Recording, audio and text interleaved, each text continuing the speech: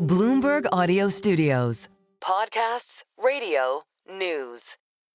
You're listening to Bloomberg Businessweek with Carol Massar and Tim Stenovec on Bloomberg Radio.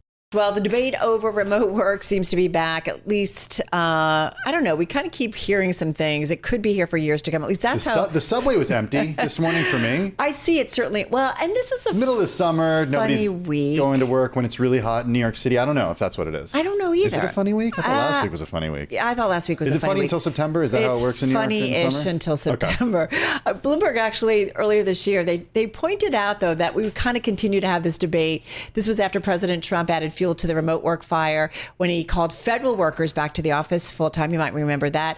And that followed similar moves by JP Morgan and Amazon. And at the time, it did renew some of the tensions between those in favor of in-person work and the cohort that had been working remotely or with a hybrid arrangement since the pandemic. So curious to see what our next guest has to say, because he knows something. He knows actually a lot about this. Mark Dixon is CEO of International Workplace Group. It's the flexible office company that owns the Regus brand. Mark, what are we all doing? Because Carol and I, we never stopped coming in during the office. I did a little bit. Did? You worked from home a little bit? We were sent home. We were told to go home. Okay, you were told to go home. I started in the fall of 2020 and came right in. Yeah, you were here. What is the reality from your vantage point regarding work from home, hybrid?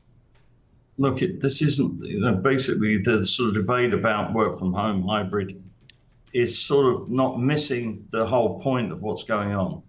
So what's going on is that workplace is changing into a platform where companies, who are the customers, they're the ones paying for the workplace. Not all of them, but a lot of them want to have much more flexibility, in particular in these volatile times. You know, AI, what's it going to do to jobs, blah, blah, blah. Hard to predict the future, hard to go into permanent space. So companies want flexibility. They want it off the balance sheet, not on the balance sheet. They want OPEX, not CAPEX. And they want to be able to find workers anywhere in the country. And, you know, that is what is happening. It's a strong move by corporate America, and it's a worldwide move where the real estate becomes less of something about leases and much more about people using a platform flexibly. So wait, so help me understand. So a lot more hybrid going on, even though we've got some big, well-known companies saying get back to work. I mean, give us, yeah. You know, it's not about back to work. This is sort of a trivialization. Or back to the office, excuse me, yeah. Yeah, or back to the office, back to work. We're providing offices throughout the United States, 2,000 buildings by the end of this year. So pretty much anywhere you want to work, you can go locally and work. This is about, people workers not wanting to waste 2 hours a day getting to and from an inconvenient office. Mm-hmm. This is about technology allowing sort of platform work to be a reality. So look, we're in the office business. So we have 1.4 million offices worldwide today. Mm-hmm. And so we're very much in the office business, but we're in the office business near where people live and in New York City.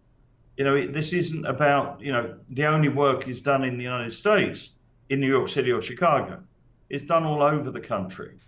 So this is about, allowing people to work productively. They can do it at home, but it's quite difficult. For most jobs, some jobs suited to home. A lot of people need an office to be productive. So it just doesn't have to be miles away. That's all. For a period of time after the pandemic, when you thought about the relationship between workers and managers or workers and companies, the workers had the cards or had the leverage because it was tough to find employees. That relationship may have shifted in recent years as the labor market has softened a little bit, as the isn't as tight as it was before. Who do you view right now as having the leverage? Look, companies always have leverage, because they're the ones paying the salaries, they're the ones paying the bills. So what's driving the change is it's a much lower cost to support someone near where they live than to get them to come to wherever you are.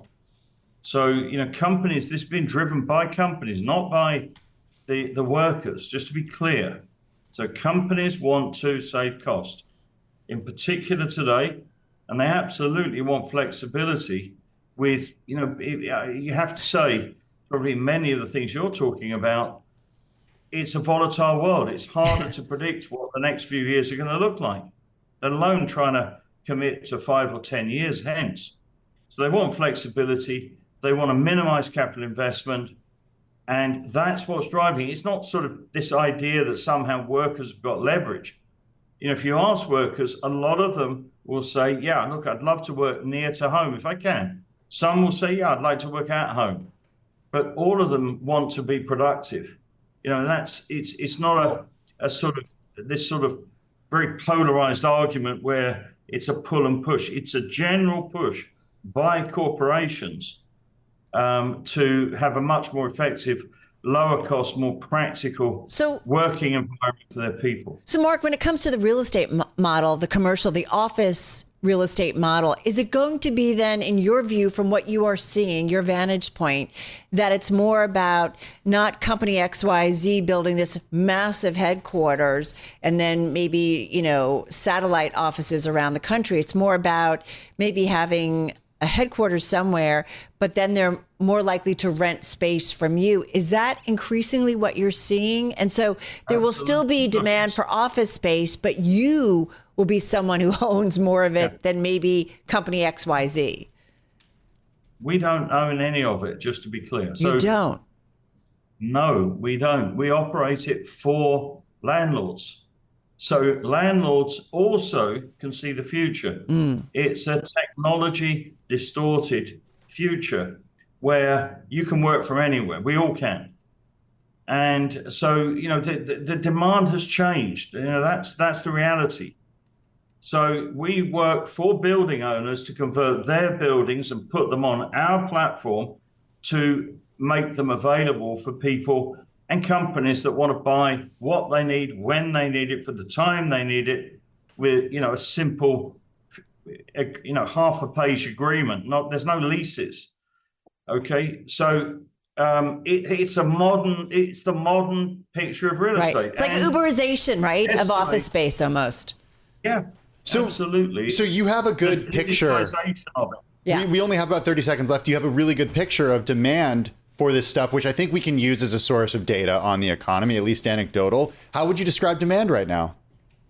Very strong. I mean, look, we're growing. We're adding 1,000 buildings a year. We expect it will be 50% more next year. That's demand for you. And you look at our revenue growth and so on. That's how you can see it. Interesting stuff. Always. Mark Dixon, thank you so much. CEO of International Workplace Group. By the way, their ADRs that trade in the U.S., it's a $3 billion market cap. They're up about 45% year to date. You take a look at the stock that trades on the London Stock Exchange, up about 35% year to date. So investors definitely interested.